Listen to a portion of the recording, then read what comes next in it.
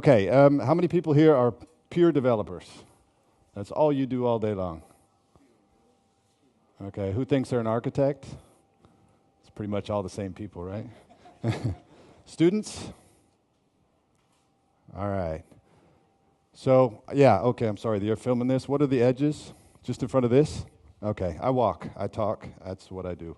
We're going to have a conversation today about app dev in the cloud. Is anybody doing anything in the cloud other than going outside and looking up at it, you know? Okay, so people know what Amazon is and all that kind of stuff, right? All right, is anybody doing app dev? You know what that means? Okay. We're going to talk about a topic that's kind of something I started thinking about a year ago. For a very long time, as developers, does anybody care about what's underneath their development tools? Usually no, right? You're quite excited to be doing your developer stuff, and that's it. But with all this app dev stuff in the cloud, it's changed. You cannot ignore your stack anymore. And there's reasons why, and it's also given birth to things like DevOps. Where does DevOps come from? DevOps. We used to make in the old days. I don't know how long you guys have been around. Let's check and see how many. Come on in. No worries. I'm flexible. How many people here have been developing for 2 years? 1 year? 5 years? Ooh. 7? 10? Wow. 15? 20? You'd be dead by now. You're lying. Okay, so we got some pretty senior people here, so you definitely remember what I'm talking about. Remember coming to work, sitting behind your desk, looking at something maybe like this. If you're an Apple kind of person, you like things neat and tidy, right? But you didn't care about your application and what happened after you developed it, right? You moved it on, gave it to the ops guys to go deploy, right? As things got more and more complicated behind, and maybe you were even one of these kind of guys. Who hasn't been there? You know what I'm saying? We all been there. This is a little bit down in the basement kind of idea. It's not a negative thing. It's what we do, right? It's what we think is fun. We're exploring. We're learning. The longer you go, the more you get into this kind of stuff, or you decide to grow up out into the little bit neater place. But you used to do what you did, and you gave it to ops, and they deploy it. But it gets so complicated. How many are Java developers here? So you know what stack traces are. Does anybody not know what a stack trace is? And are there interoperators here in the room? I wore the shirt specially for you. There's usually one that wanders in here, right? How many people consider themselves DevOps? So I'm probably going to insult you guys, right? I hate that term. I am a developer. I don't want to be ops. Ops don't want to be developers, but you're forced to because a stack trace happens when he deploys the shit. And he's like, what is this? Now, stack traces, if you don't know what they are, they tend to be this long, and you have no idea what you're looking at, right? They get very ugly. It takes you probably 3 to 5 years of Java development before you can figure out how to really deal with a stack trace, right? They're pretty ugly. So you developers are called, they come running downstairs, and they become an ops for a while, and then the ops guy has to become a developer because you're teaching them, because you don't want them to call you again next time, right? These are all the kind of things that lead to this is where we came from, this is what we like, this is what we want to focus on. We have everything inside there, especially if you use plugins. How many people have a bunch of plugins in their IDE? Yeah, so I don't even have to open a console, I don't have to open a shell, I don't have to do anything, right? I can do everything in this. That's where we came from. That's what it used to be like, but you can't do this anymore. You can't just throw stuff over the wall, right? This is not possible. Because we have, first of all, who was here at the birth of virtualization? You know, everything gets virtualized. Probably a nightmare scenario that you can identify with. I was working at a financial institution in the Netherlands where we logged in when we came in to a Windows machine that logged in through, which was virtualized, logged through to a virtualized other window machine to start developing. So when I went to build my Java project, I closed browsers, I closed things, I start to build, I go get coffee. It's not even a mainframe, you know what I mean? It's just so many layers of abstraction that it's just 20 minutes to build a Java project, something stupid like that. Anybody here work with JBoss servers at all? WebSphere, it's all the same thing. When you start one up, it's supposed to be pretty quick, but it would take 5 to 10 minutes. We go get coffee. We talked about the coffee machine all the time. You know, got good things done. We really didn't like it when they came out with some of the newer stuff that would boot up in a couple minutes. That's not fun anymore, right? So we got to do more and more. They came out with this concept called private cloud. So you're taking your internal infrastructure and you're turning that into a cloud kind of interface. And they're giving you the chance as a developer to start working with something called platform as a service. Heard of this? PaaS. That means you can order some kind of environment. So we would get a virtualized test environment, right? It's supposed to have a database. It's supposed to have all this stuff in there. I used to get those too. It took only about 2 weeks to get one. And when I got it, I had to account for in my development time probably a day to reconfigure all the connections, to load up the database. So what good are these images and these virtualizations? I'll try it. See, I can't think if I can't walk around. I worked at a university for a while, so walking around, talking to people, keeping them awake is kind of important. So where were we? Private cloud, right? So getting that virtualized environment, it's not the answer, right? It's forcing you to use another stack that you have to identify with, to understand, to dig down into. And then we got these monsters coming now, right? Who's working with these? And they're all exactly the same, right? So if I say today you're doing something on Amazon and tomorrow you're doing something at Google, it's like no problem, right? Same code you're using, the same thing you deploy, it's all really easy. Not so much. There's a bit of a learning curve sometimes with this stuff. Anybody here work for or at Docker? 1, 2, oh, a bunch of them. All right. Anybody work for or at Google? Nobody. Windows? Azure? Yeah, heard of that? And Amazon. Anybody here from Amazon? Sort of, maybe. Ah, not bad. Look at that. All right. So we've got all these complexities coming along, and they've got this name hybrid cloud. Have you heard of this one? So now we're taking both physical, virtual, private, and public clouds. These are all the platforms and footprints we're dealing with. Now, depending upon where you're working, you might have one, you might have two, you might be in different phases here, you might be working with all of them. Basically, you don't want to care, right, as a developer. That's kind of the mind frame you had. I want to develop and I don't care.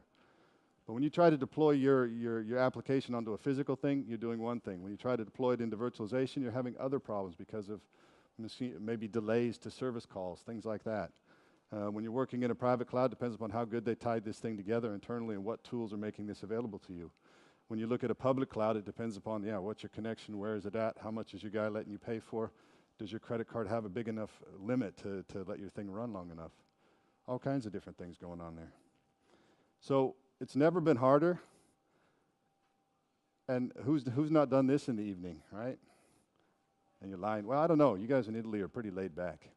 So I don't know. Maybe you guys don't go home and code and stuff. But there's so much to get done. You're struggling to keep up. Operations are having the same problem, right? So this brings us to the term here. Is anybody familiar with this term at all? Anybody here from Poland? Ah, you want to explain it? You can call me on it if I'm wrong, but I saw this from a Polish friend, and I thought, this is great, right? So not my circus, not my monkeys means something along the lines of when somebody says, hey, check that out, there's a big problem, blah, blah, and you're like, I really don't care. Am I right? It's not my problem.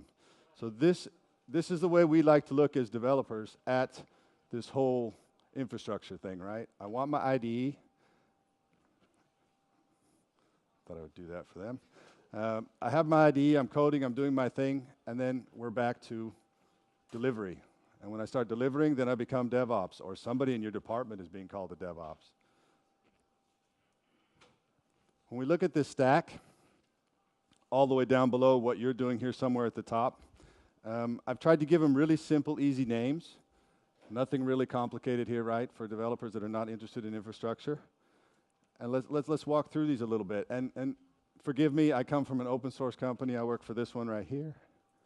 So everything you're going to see here is, of course, aligned to an open technology, right? But I really don't care whether you're running Rail Linux or whether you're running any other Linux or whether you're running Windows or it really doesn't matter to me. There is an OS. Be aware there's something down there hosting your stuff.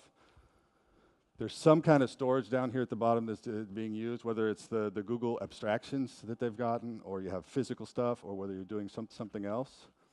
You're going to have some kind of management that covers all of this stuff, right? To be able to look into your applications, to dig into how they're being deployed, show you what's going on.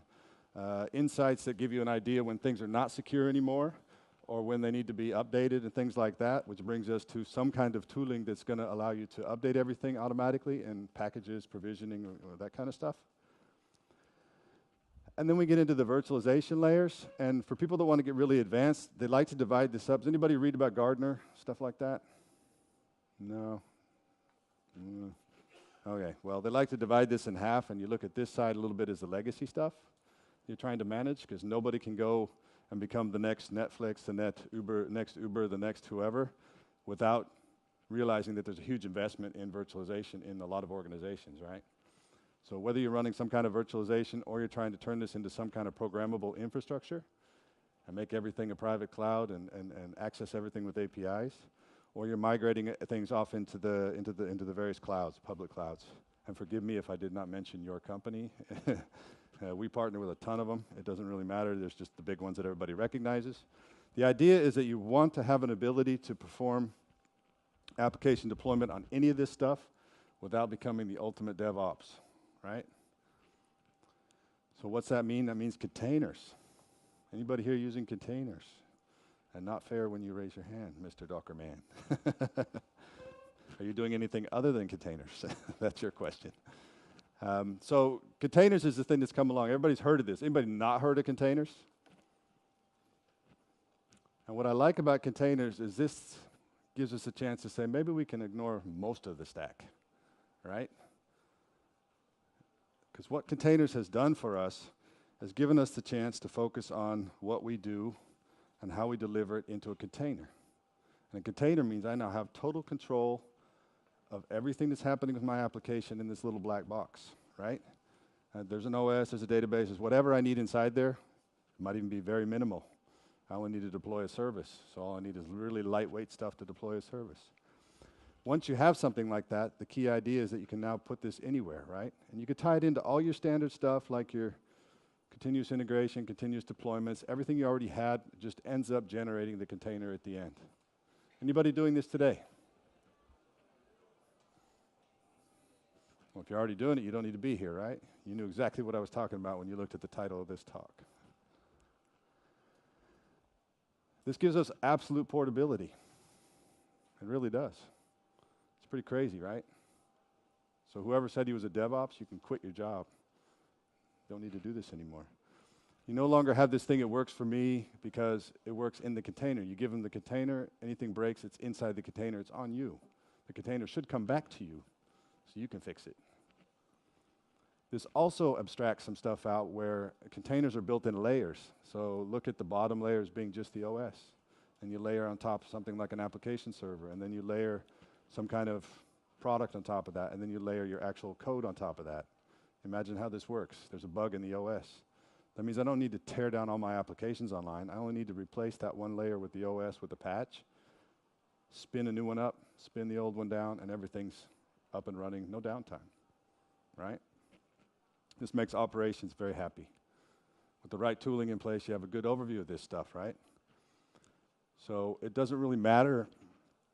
And we're being real abstract here, and of course I mentioned Red Hat Enterprise Linux or OpenShift Container Platform, but how you deploy your containers and whether you're using containers, it doesn't really matter in the local sense. This you can march across those 4 footprints we were talking about right out into the cloud. All of them support containers, right? Any questions so far? Am I saying something crazy? The Docker guy isn't mad at me yet, so I must be close. So what I want to show you today is something that's going to, I did promise in the abstract you're going to be able to spin up a cloud in a couple of minutes, right? So what we've done is taken that layer you saw in my architecture. We have something called the OpenShift Container Platform. And what this does is provide an interface to allow you to work with containers, and as a self-service interface. The backing usage is Docker. This is the sort of the, how do we phrase this? The standard that everybody is adhering to right now. It's not the only engine out there, but everybody's working along these lines for now. It's included in this. When you take this project I have here, you just unzip it, you run a script, or depends upon your OS, it supports all the major OSs. And next thing you know, in a couple of minutes with some good Wi-Fi, here it took me 3 minutes, it's up and running. You have a full-blown container platform where you can log in, and you basically say, I'm going to develop today in PHP, so you click on that, you get a PHP project container. Everything you build locally is a Git repository. When you push, it goes into that container and gets built. and refresh and start it up, and you can do whatever you're doing in there. Okay? If you have Java, same thing. .NET, same thing. We have some productized stuff within our JBoss middleware portfolio that are also available as a container. Where do you need me? Looks like he needs a picture. You're welcome. Now he'll quit pointing that thing at me. The next thing we're going to look at is something I'm going to... So this is going to be available online. Actually, about 20 minutes ago it came online. If you go to schabell.org, mylastname.org, that's where this is posted. You can get this workshop. So after you've installed in the first step, and I'm going to show you all this in a second, you install the OpenShift container platform. You have the ability to work with containers now, right? And then we're going to take a little tour of something I did. It's called the APEC. APEC is for Asian Pacific. That's a region in the world, right, over in Asia there. Destinasia is a fake company. If you speak English really well, you see a little joke in there. The destination is Asia, right? Really funny. Worked long and hard on that. You always have to have a story in your demos, right? And we need travel rules, right? We did a very large demo on stage with a bunch of technologies, and then I took some of the technicians inside of our company, and I taught them all this stuff that they just saw on stage. So this is what you're getting for free. And it also includes more than just developer interfacing stuff. We're now going to go into a little bit of the infrastructure stuff. Anybody heard of Ansible? So Ansible is the ability to make repeatable infrastructure things happen. It's not scripting, it's not exactly that. It's a playbook, they call it. So you can run these playbooks. You can automate the delivery of pieces of infrastructure very easily. You're going to see it happen. We have 5 playbooks that you can then execute. The first one spins up the actual travel rules. So you're going to see a container come up with a base Linux image at the bottom. It's going to install an enterprise application platform, so to run Java on. On top of that, it's going to install a business rules product. It's going to install the actual rules for the travel agency in there. It's just a spreadsheet with a couple things about flights, hotels, and cars. So if you select a certain car agency, you're going to get a discount, right? That's all we're asking for. And then he's going to take and extract those rules out of that Git repository in that container, spin up a new container, and deploy just the rule service with all those rules you just created inside there. Those things are then available with the REST endpoints. You can now start hitting this as a service. You've now deployed a second container with the first service in it. The third container is a PHP web service that's got the hotel booking thing running on it. So it's going to give you answers when you request hotels. The third one, or fourth one is .NET. It's a .NET web service that's going to give you car bookings. So this is one that's going to answer whether or not you get a car and what it's for.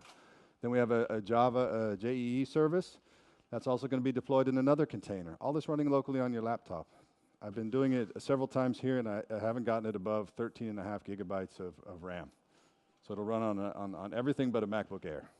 They only have 8. Finally, what we're going to do is use some integration software because the end game in our demo was to have a mobile application that then hits this single web service, who then spreads the calls across all these things, collects all the answers back, and then gives you the answer, right? And I provide you with a cut and paste option to hit it with a REST client so you can see all this working, all right? So I'm going to walk you really slowly through all this and give you an idea of what you can do with these containers that has nothing to do with the infrastructure, and give you a little bit of, we're going to have to exit out of that.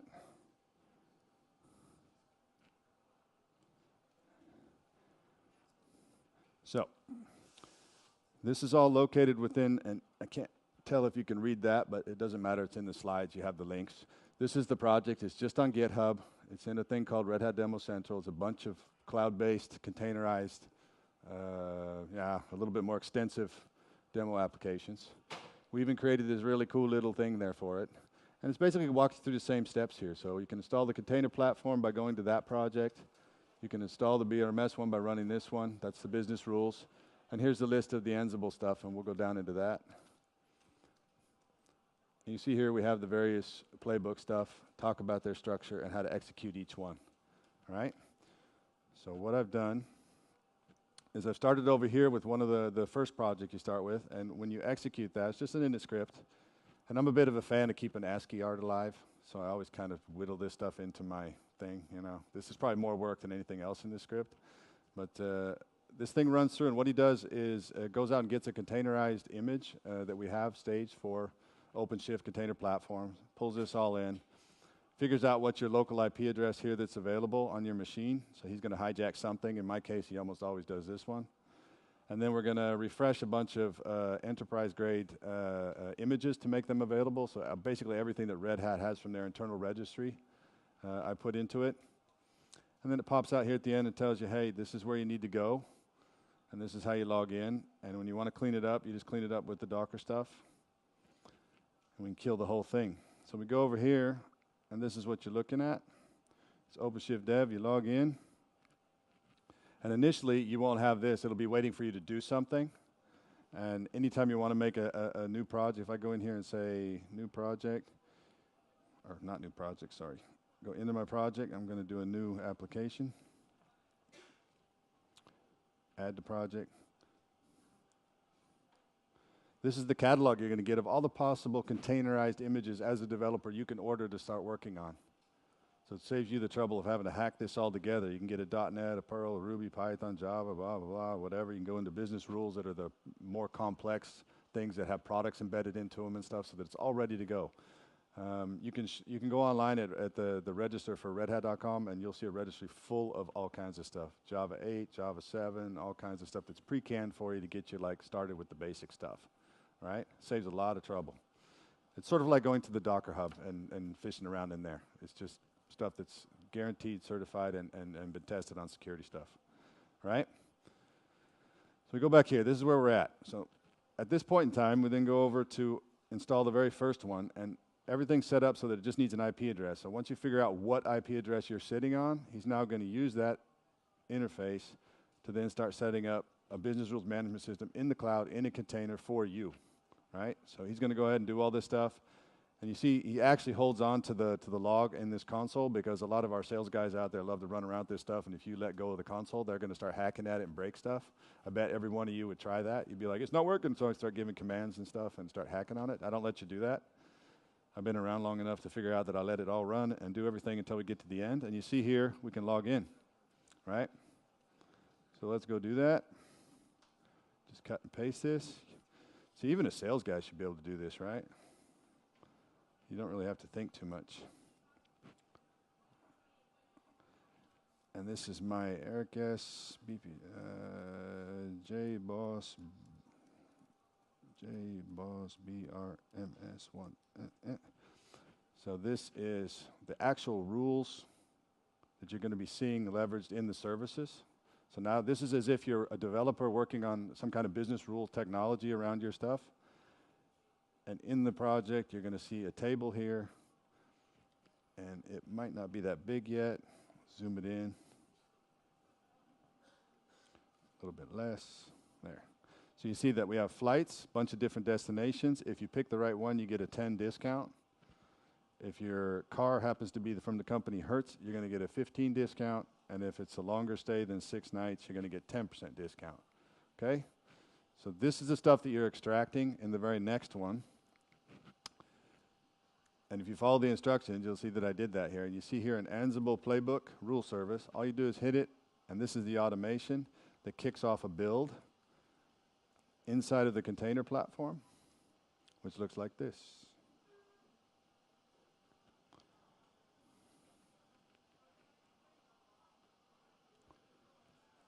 And this was the first one we did, and this is the build right here. Oh, I'm going to go back to that. And there's some really nice things in here that make it a little bit easier to watch what's going on. This gives you an automated look right into the log that's running of that container, looking at this Java application being deployed. You see down here at the bottom, he's done a build, it's built successfully, and he's pushing a container up. See the image? Off it goes. And this is under the section builds. If we go down a little bit farther, you're going to see this here is the BRMS deployment. And all this is, if you look all the way down here, is an actual deployment of an enterprise application platform to run Java on top of it, right? So he's running the Java on there. So once that's deployed, it's given us an endpoint to hit. That's one of our endpoints. So we did a bunch of them. And we went on and did each one of them. We did the cars, the hotel, the flights. They all completed successfully. And you notice the times. I staged this because it's really depending upon your internet. I don't know how good your internet is at home, but I got a 300 megabit line in the Netherlands at home. It's super fast, right? I can build the BRMS one here. It takes 16 minutes in the university, which is pretty good here. But back home, I can do it in 3. It's super fast. And the thing is, you're talking about Maven, so it's pulling down dependencies. That's the only thing you're waiting on. If we look in those builds and go back up here, most of the time, look what we're looking at. See these? Pulling down Maven dependencies. So any of these containers, when you set them up initially, they contain no Maven repository whatsoever. There's tricks to get around that, but I choose to leave this bare bones as you're going to experience it in real life for a reason. I don't want you to have some kind of lickety-split experience and then you get home and try it yourself and it's like take it forever and you can't figure out why. I try to make these things as realistic as possible. I mean, come on, go get a cup of coffee. 16 minutes, you can barely get the coffee, get back to your house before it's ready, right? That's not bad. You do this at home, I can do this whole thing in 20 minutes, all of it. It's pretty quick. The very last one here is the Fuse one. That's the integration. Anybody here familiar with Camel? Very famous open source integration software. Basically what we're doing is we're tying together a bunch of services in our organization in some form. We're calling them one at a time and we're dealing with each answer that comes back. We're collecting all that stuff and giving you a very nice answer. So in my mobile application, I do not want to program call the car one, call the hotel one, call this one. I want to call one endpoint, let them collect all that shit and push it back once, right? Whole lot less bandwidth, much better performance, everybody's happy, right? So that's what happens. So with everything going, and we'll double check because I did this before I came up on stage. Let's take a look and make sure this thing deployed correctly. And it looks like it's, yeah, looks like it's up. So we're just going to cross our fingers. So we go down here to the bottom. I've given you here exactly, if you can read that. Is it big enough? I've given you the endpoint to hit that's been exposed. So this is the service that your mobile application, your whatever you're doing is going to hit as somebody makes a booking and I need to figure out what's going on. And I give you a cut and paste version here that you can look at this image and this is the payload. So the second part of my workshop, I give you a mobile application to do this where it's already embedded in there. You don't have to worry about it. It pings it for you. But this one you can use in any client. I just took a Firefox REST client here.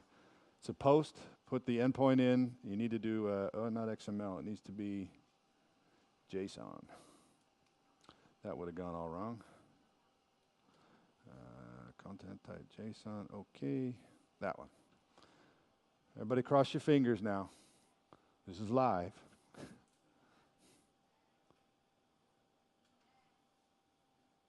The fun part is we can go look at our log,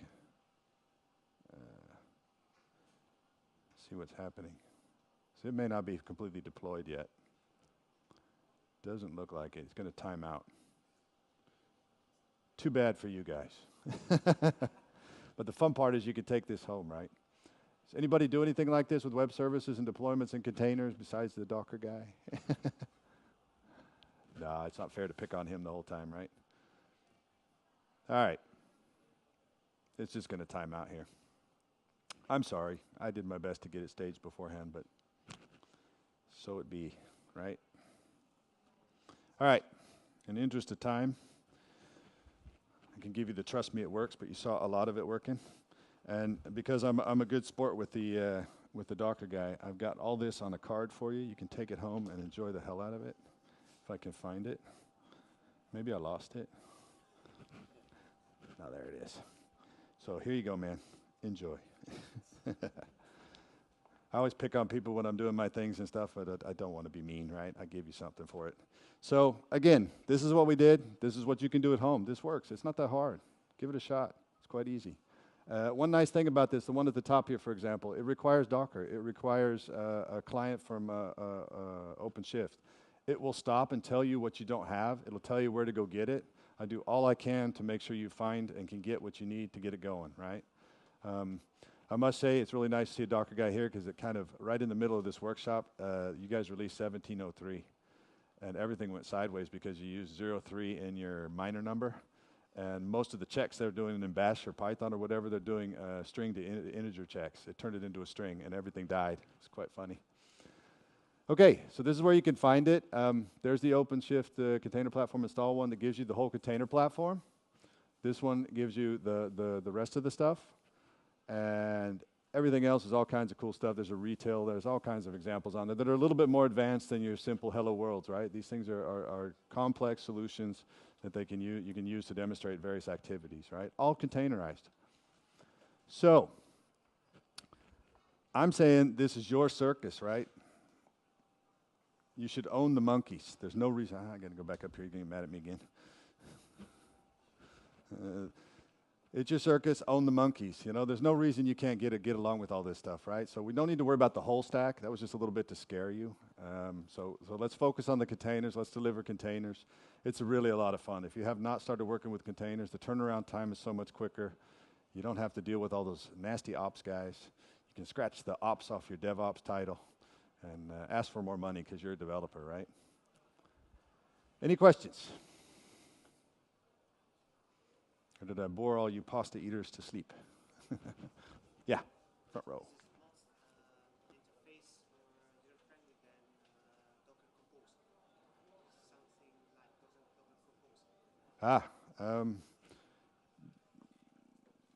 Well, that's more a question for him, actually. So he's asking if there's a more user-friendly interface than Docker Compose.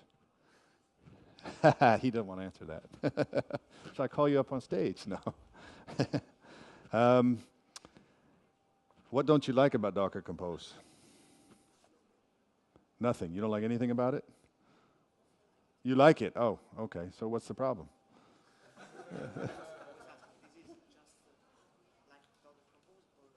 Oh, okay. Now I'm sorry. I missed the question. So the question is this like Docker Compose?